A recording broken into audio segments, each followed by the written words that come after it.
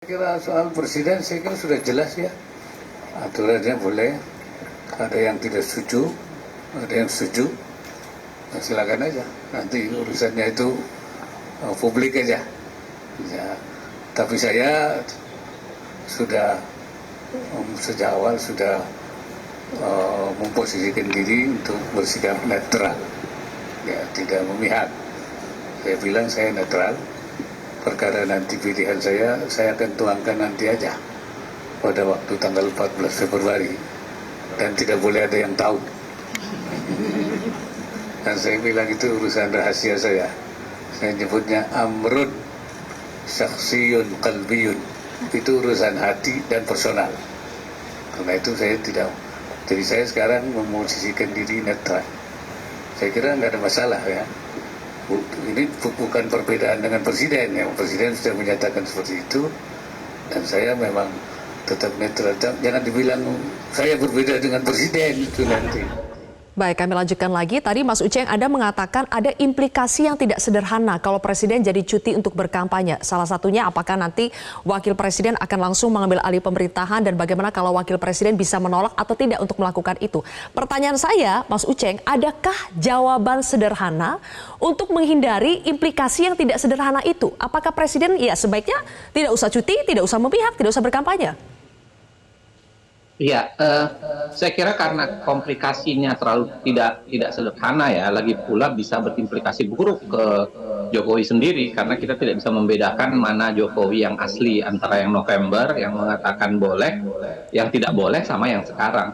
Termasuk tidak bisa membedakan bagaimana kemudian dipaksa para ASN tidak boleh 1, 2, atau 3, tapi kemudian atasannya yang paling teratasnya boleh gitu. Itu kan implikasi yang tidak sederhana. Makanya saya ingin mengatakan bahwa seharusnya presiden mengatakan normatifnya begitu, tapi kemudian misalnya ya, tapi kemudian dia tidak boleh ikut berkampanye. Dia harus menyatakan bahwa seperti yang tanggal November itu ya, karena menurut saya itu yang paling lebih pas untuk mengatakan pemerintah pusat, pemerintah daerah, TNI dan Polri itu kemudian harus netral. Nah, plus pada saat yang sama saya tidak ingin hanya ucapan sebenarnya, karena ucapan itu harus dikonversi, kata-kata itu harus dikonversi menjadi perbuatan. Artinya apa?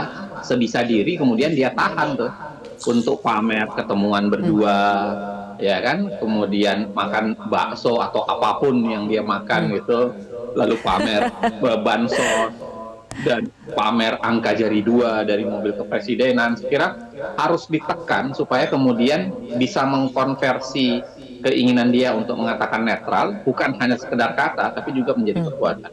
Baik, bagaimana dengan jawaban untuk apakah kalau presiden cuti untuk berkampanye, otomatis wakil presiden lah yang akan mengambil alih pemerintahan berperan sebagai kepala negara? Sebenarnya begini Mbak ya, memang itu yang saya tanyakan tadi, ada implikasi administratif yang tidak sederhana.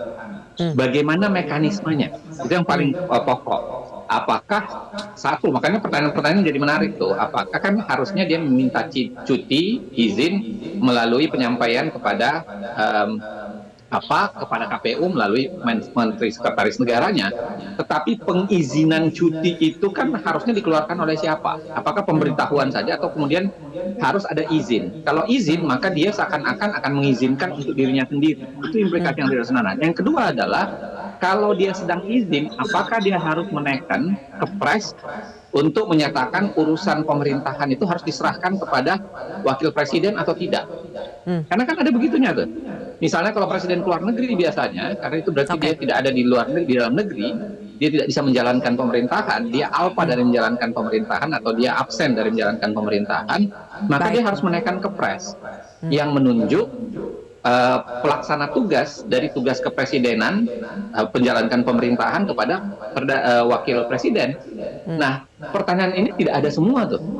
Bagaimana mekanismenya?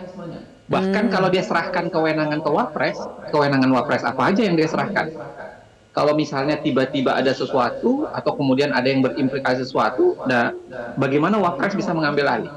Termasuk saya bilang tadi, misalnya kalau ada yang buru-buru mau ditandatangani PP misalnya, apakah Wapres boleh tanda tangan atau enggak? Nah, perdebatannya pasti tinggi. Karena Oke. saya termasuk yang mengatakan wapres nggak boleh tanda tangan tuh, walaupun ada. Nah, termasuk soalan waktunya, berapa lama sih dia boleh cuti? Apakah 1 hari saja? Karena dia di sini bukan tim pelaksana kampanye ya, dia bukan masuk tim kampanye tuh, dia hanya. Jadi singkatnya kelihatannya semua hanya menjadi pertanyaan peserta. ini, Mas Uceng, tidak ada jawabannya dalam peraturan perundang-undangan? Dalam Undang-Undang 7 2017, pembacaan kita termasuk peraturan KPU itu nyaris tidak diatur secara detail.